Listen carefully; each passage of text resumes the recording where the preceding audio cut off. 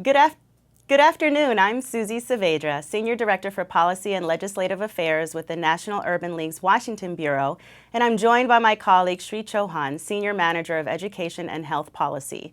On behalf of Mark Morial, President and CEO of the National Urban League, and Donald Cravens Jr., Executive Director of the National Urban League's Washington Bureau, we want to welcome you to our second webinar on the Every Student Succeeds Act, also known as ESSA.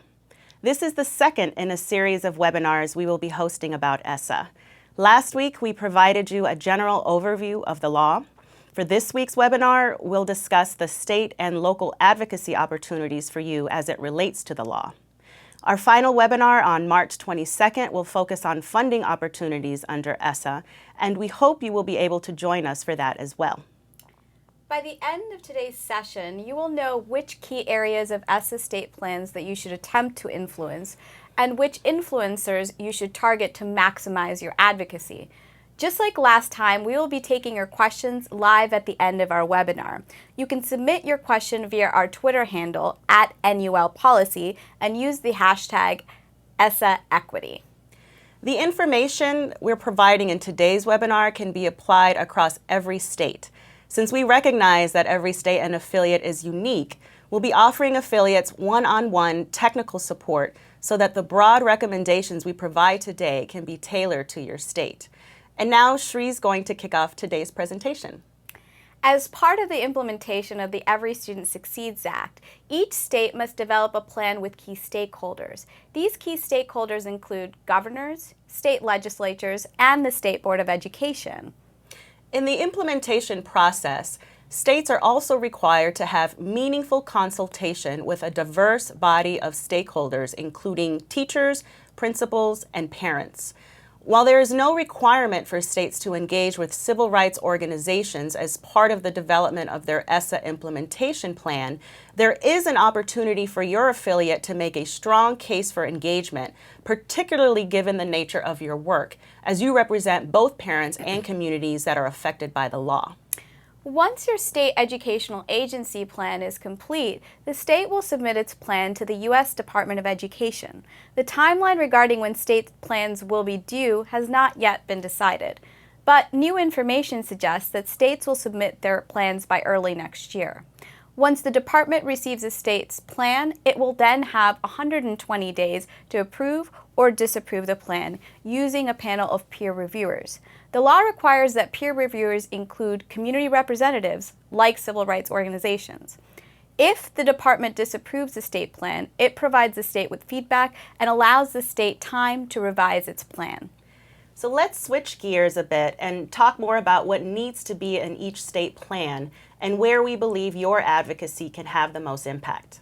As we discussed in our last webinar, a key difference between the Every Student Succeeds Act and the previous version of the law, the No Child Left Behind Act, is that states have more autonomy over their state plans, including how their accountability systems are organized. So as stakeholders, you have an important and greater role in ensuring that your state emphasizes equity in their state plans.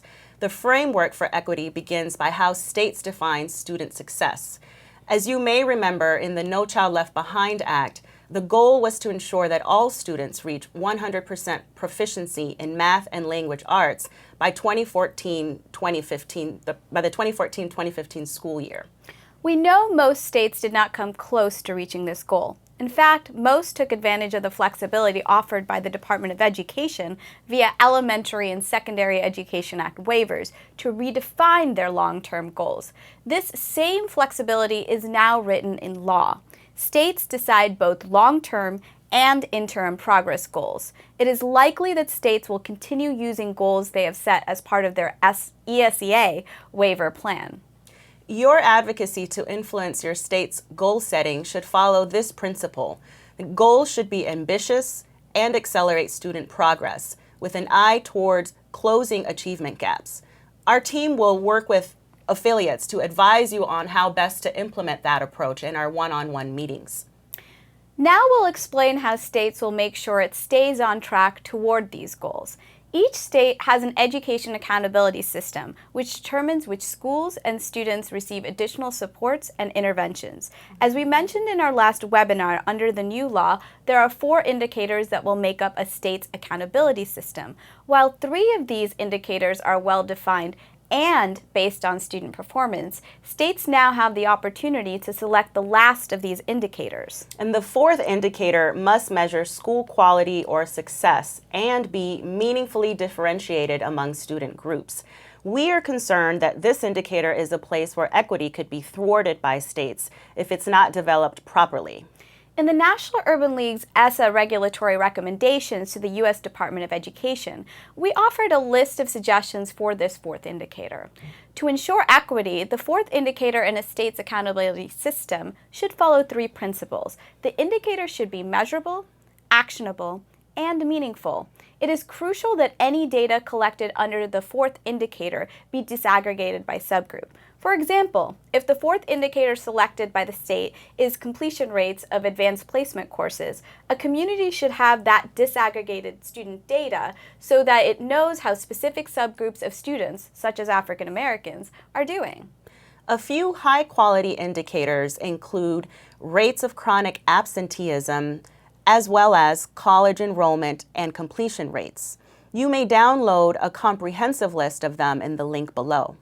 With this information in mind, we are prepared to partner with affiliates to develop a list of indicators that makes the most sense for your state and community. This list of indicators can then be presented during your conversations with state leaders. And once the 4 indicators are selected for the accountability system, states will assign a weight to each of them. The law emphasizes the importance of student performance in state accountability systems. As such, the first 3 indicators are based on student performance and must each have quote-unquote substantial weight. In addition, these 3 student performance indicators must collectively weigh more than the state-developed 4th indicator. Because the 3 indicators must weigh more than the 4th, it is critically important that states select a high-quality 4th indicator. Therefore, it is the National Urban League's recommendation that together these 3 student performance-based indicators make up at least 90% of the accountability system. In our estimation, these weights will ensure that states provide the necessary supports and interventions to the most students. Should a state fail to choose a high-quality 4th indicator and also weight that indicator as more than 10% of their accountability system, our models show that this may prevent students from getting the supports they need. As we went over in our last webinar, states will provide supports and interventions to schools identified by this accountability system.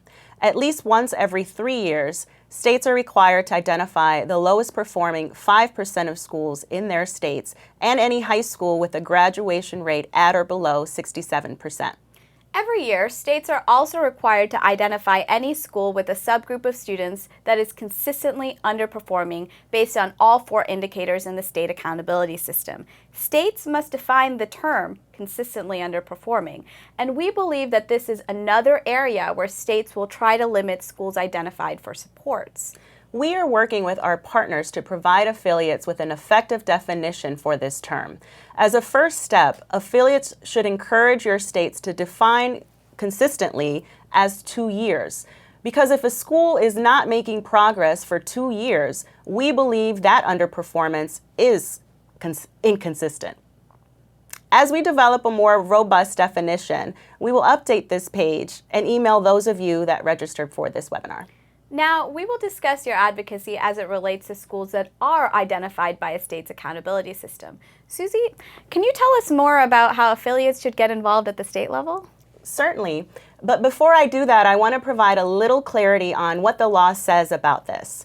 While school districts are required to develop and implement school improvement plans with stakeholder input, the state is actually responsible for determining the implementation timelines for those plans. The National Urban League recommends that affiliates urge their states to take no longer than 1 year for the planning and implementation of a school's improvement plan. States will also get final say on how and when an identified school can exit its status or receive additional state-identified supports. Once a school improvement plan is in motion, the identified school should show both meaningful improvement on the indicators in the accountability system and progress towards state-set interim and long-term goals.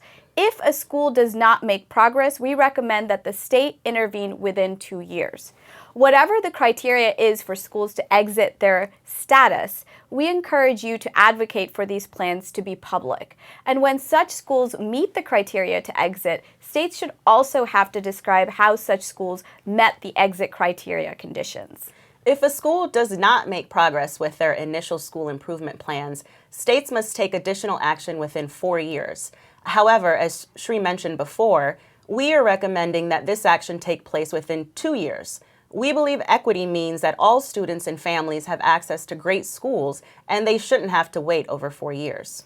Now we're going to talk about how you can influence the types of actions states will take with schools that do not make progress. Under the law, such state action includes a change in school operations and potentially school closure.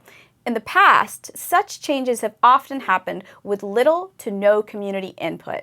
There is an opportunity for affiliates to advocate for improved community and stakeholder engagement in these processes on the front end so that they are codified in a state's ESSA implementation plan. With your advocacy, you can request that states write stakeholder engagement language which specifically includes your affiliate so that states are legally obligated to meaningfully include you as a stakeholder in the process. You should also find out what, if any, ESSA implementation advisory committees the state intends to form and offer your willingness to join those advisory roles. For those of you with charter schools in your states, this is also an opportunity for you to influence the charter authorization process. Now Shri is going to give you more information on how to engage at the local level. The law states that no matter the type of school identified, these interventions must be evidence-based and locally determined. In other words, districts must develop supports and school improvement plans with local stakeholders. The specific process for engagement with stakeholders may already be in place or may be rewritten by your state or district during ESSA implementation. We suggest that you contact your local district and offer your expertise to determine the types of interventions identified schools will use. You should also leverage your leadership position to ensure a fair and open process that truly includes other important stakeholder voices, like those of parents and families. The specific types of interventions in a school improvement plan can include some of the supports you already offer, such as National Urban League programs like Project Ready Mentor, and Urban Youth Empowerment Program.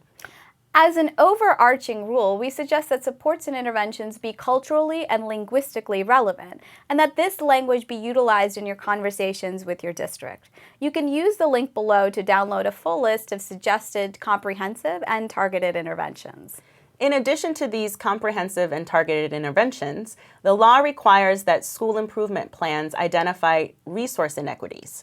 Resource inequities can include everything from district and school budgeting to a variety of other resources like access to effective educators and access to a safe and healthy school climate. We want to emphasize that resource inequities must be addressed as part of a school improvement plan. That focus on resource equity was a huge win for the civil rights community in ESSA, and we believe that you can leverage this to accelerate student progress. The resource equity link below will provide you with a comprehensive list of resource inequities a school improvement plan could address. At the national level, we are working with the Council of Chief State School Officers, whom you may know as CCSSO, to provide specific state context for you as you engage in your advocacy. We will also work with other national member organizations to connect you with the right decision makers so your advocacy makes the greatest impact. As a general reminder as it relates to your advocacy, your convening power as community leaders is one that you can leverage with state and district communications officials. For example, last year, our Tennessee Urban League affiliates hosted a listening tour in partnership with the state's Secretary of Education. During this tour, the State Secretary of Education listened to our community's concerns about educational inequities in the state and offered recommendations. The community's recommendations were then used to inform policy changes to close achievement gaps in Tennessee. Our National Urban League affiliates around the nation are in a unique position to leverage this kind of advocacy approach in their states as well. To support your advocacy, we will be providing affiliates with toolkits that include template letters to state and local officials that you can tailor to your state and community needs. That wraps up our content for today's webinar, and now we're going to open it up for questions. Our first question comes from California. How will my advocacy on the Every Student Succeeds Act support individual students? Why don't you take that one, Susie? Sure. We've spent a lot of time on state accountability systems in these webinars. What you want to keep in mind is that how each state builds its accountability system will affect the number of students that receive supports and interventions, how quickly they get the supports they need, and whether those interventions are high quality. So while your efforts will focus on state and local entities, your work can have a significant impact on the lives of individual students. Our next question comes from New England, from Tina Marie Johnson at Youth on Board. Tina asks, how do we mobilize youth on ESSA? What are some talking points to engage them? Great question. Young people are why we do this work in the first place. While the law does not state students in the list of stakeholders to engage in state plans or in the development of school improvement plans, they clearly have a right to be at the table and their voices heard in the process. One specific item I'd like to flag is that the one potential area of measurement for the fourth indicator in a state's accountability system is student engagement.